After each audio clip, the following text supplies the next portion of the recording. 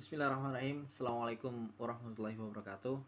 Alhamdulillah kita bisa bertemu pada kesempatan kali ini. Saya mewakili teman-teman saya dari kelompok pertama yang sudah diamanahkan oleh Bu Alifa, juga selaku dosen pengampu mata kuliah Ekonomi Internasional. Sebelum saya melanjutkan presentasi, saya akan memperkenalkan nama-nama kelompok saya pada kali ini, yaitu ada Siti Masufa, ada Martina Sri Maharani, ada Muhammad Rahmi, ada Nur Azizah, ada saya sendiri Syahla Mekal Akbar, dan juga ada Dri Hoiria. Langsung saja, langsung akan disampaikan oleh teman-teman saya.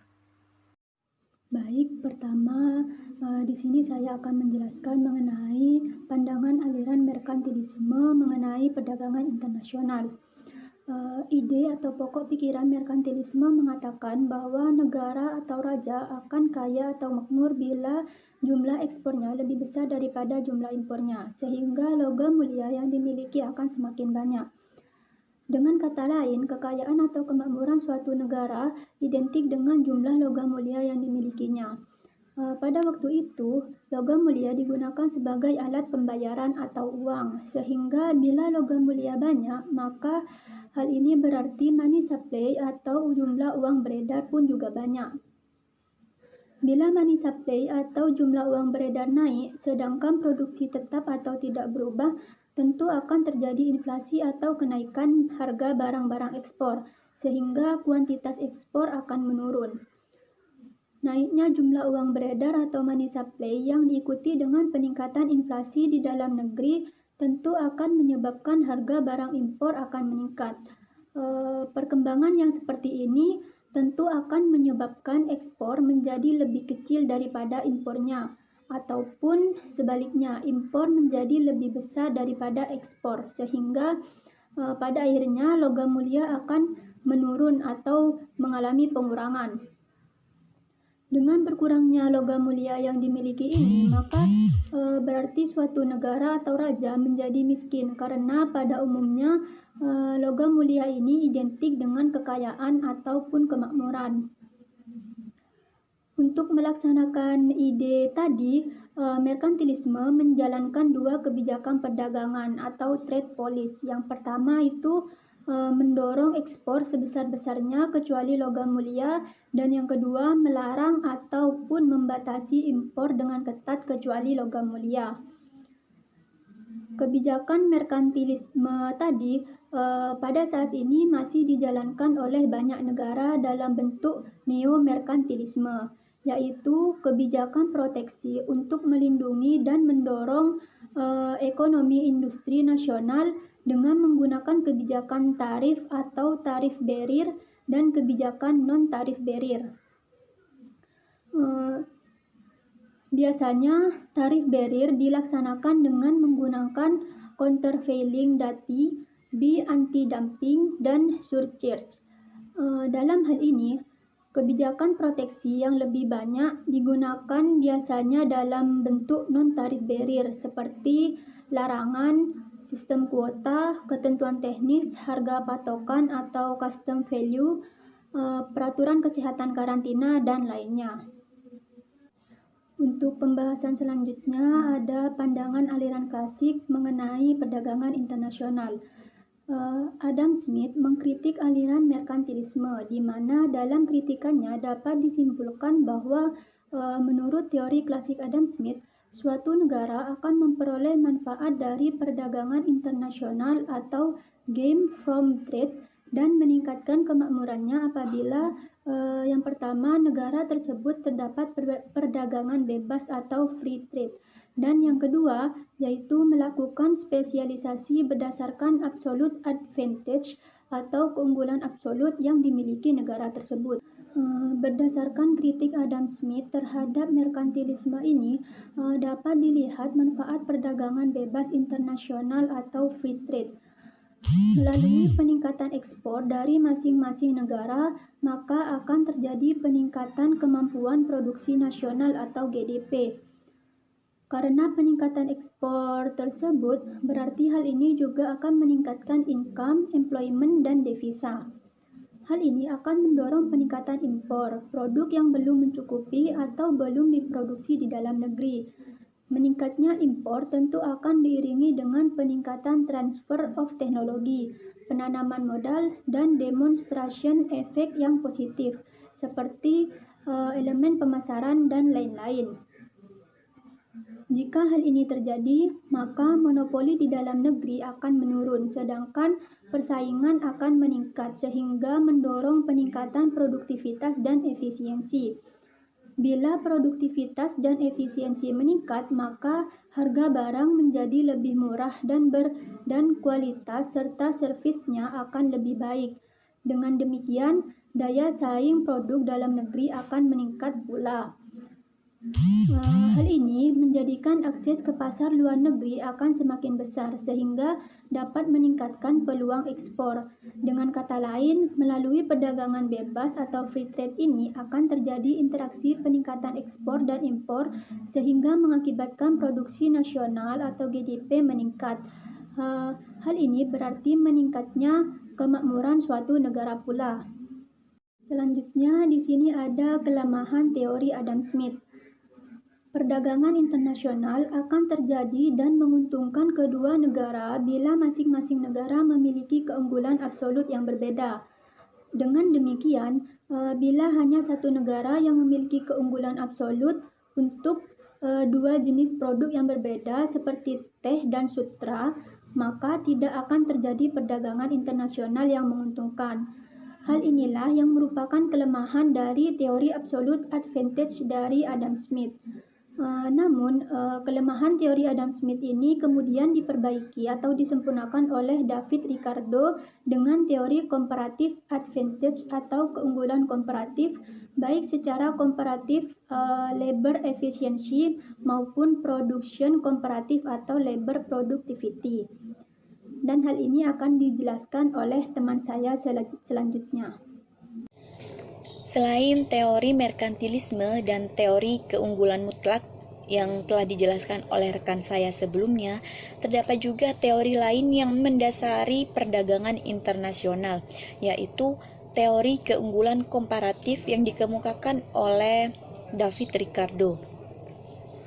Teori keunggulan komparatif ini merupakan penyempurna dari teori keunggulan mutlak yang dikemukakan oleh Adam Smith.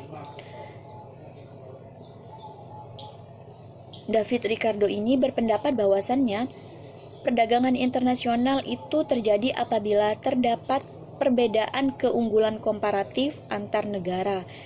Dan keunggulan komparatif ini bisa terjadi apabila suatu negara mampu untuk memproduksi barang dan jasa lebih banyak daripada negara lainnya dan tentunya dengan biaya yang lebih murah daripada negara lainnya. Contohnya itu seperti Malaysia dan Indonesia yang sama-sama memproduksi kopi dan timah. Nah, Malaysia ini mampu memproduksi timah secara efisien dan dengan biaya yang murah. Namun, Malaysia tidak mampu untuk memproduksi kopi secara efisien dan dengan biaya yang murah. Sedangkan Indonesia mampu untuk memproduksi kopi secara efisien dan dengan biaya yang murah. Namun Indonesia tidak mampu untuk memproduksi timah secara efisien dan dengan biaya yang murah. Sehingga Malaysia ini mempunyai keunggulan komparatif dalam memproduksi timah dan Indonesia mempunyai keunggulan komparatif dalam produksi kopi. Jadi, jika Indonesia dan Malaysia ini sepakat untuk melakukan pertukaran produk satu sama lain, maka akan menghasilkan perdagangan yang saling menguntungkan untuk negara tersebut satu sama lain. Dalam keunggulan komparatif, banyaknya tenaga kerja yang digunakan dalam proses produksi itu merupakan konsep dasar dalam perdagangan internasional. Motif dalam melakukan perdagangan internasional itu, suatu negara bukan sekedar lebih produktif dalam memproduksi barang dan jasa, namun negara tersebut bisa memproduksi barang dan jasa dengan biaya yang lebih murah dibandingkan dengan negara lainnya. Dalam tabel ini kita bisa melihat bahwasannya Jepang unggul terhadap produksi kedua produk tersebut, yaitu rempah-rempah dan elektronik. Namun keunggulan tertingginya itu terletak pada produksi elektronik, dan kita bisa melihat bahwasannya Indonesia lemah terhadap kedua jenis produksi produk tersebut. Namun kelemahan terkecilnya ini terletak pada produksi rempah-rempah. Alangkah lebih baiknya jika Jepang berspesialisasi pada produk elektronik dan Indonesia ini berspesialisasi pada produk rempah-rempah. Dan seperti yang sudah saya katakan sebelumnya, akan saling menguntungkan jika Jepang dan Indonesia ini melakukan perdagangan, yaitu dengan melakukan pertukaran produk satu sama lain. Baik, selanjutnya saya akan menjelaskan mengenai model gravitasi. Logika model gravitasi. Nah, pada grafik di sebelah kiri tersebut itu menunjukkan nilai total dari perdagangan barang ekspor ditambah impor antara Amerika Serikat dan 10 mitra dagang teratasnya pada tahun 2006. Nah, secara keseluruhan 10 negara mitra dagang Amerika Serikat tersebut telah menyumbang sebesar 68% dari nilai perdagangan Amerika Serikat pada tahun itu. 3 dari 10 mitra dagang Amerika Serikat teratas adalah negara-negara Eropa, yaitu Jerman, Perancis, dan Britania Raya. Nah, mengapa kok Amerika Serikat lebih memilih berdagang dengan tiga negara Eropa tersebut dibandingkan dengan negara lain? Itu karena tiga negara tersebut memiliki ekonomi tertinggi di Eropa, yang mana artinya mereka memiliki GDP atau produk domestik bruto yang tertinggi. GDP atau produk domestik bruto tersebut digunakan untuk mengukur nilai total semua barang dan jasa yang diproduksi dalam suatu ekonomi. Sedangkan pada grafik yang di sebelah kanan tersebut itu merupakan grafik yang menunjukkan hubungan yang korespondensi antara ukuran ekonomi Eropa yang berbeda, khususnya negara yang telah menjadi anggota Uni Eropa pada tahun 2003. Nah, grafik tersebut juga merupakan perdagangan antara negara Eropa dengan Amerika Serikat. Nah, di sumbu horizontal itu adalah PDB masing-masing negara yang dinyatakan sebagai persentase dari total PDB Uni Eropa. Sedangkan di sumbu vertikal yang tegak lurus itu merupakan bagian masing-masing negara dari total perdagangan antara Amerika Serikat dengan Uni Eropa. Sedangkan garis yang 45 derajat itu yang seperti ini atau yang membelah antara dua sumbu horizontal dan vertikal itu merupakan bagian masing-masing negara dari perdagangan Amerika Serikat dengan Eropa, atau sama dengan bagian negara itu dari PDB Eropa.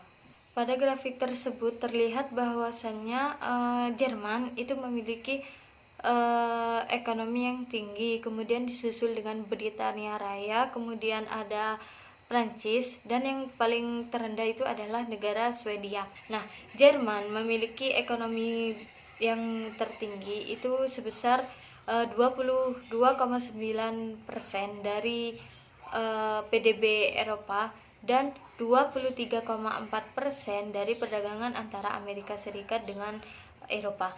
Nah, artinya itu Jerman memiliki PDB sebesar 22,9% dan juga Jerman menyumbang sebesar 23,4% dari perdagangan Amerika Serikat dan Eropa. Nah,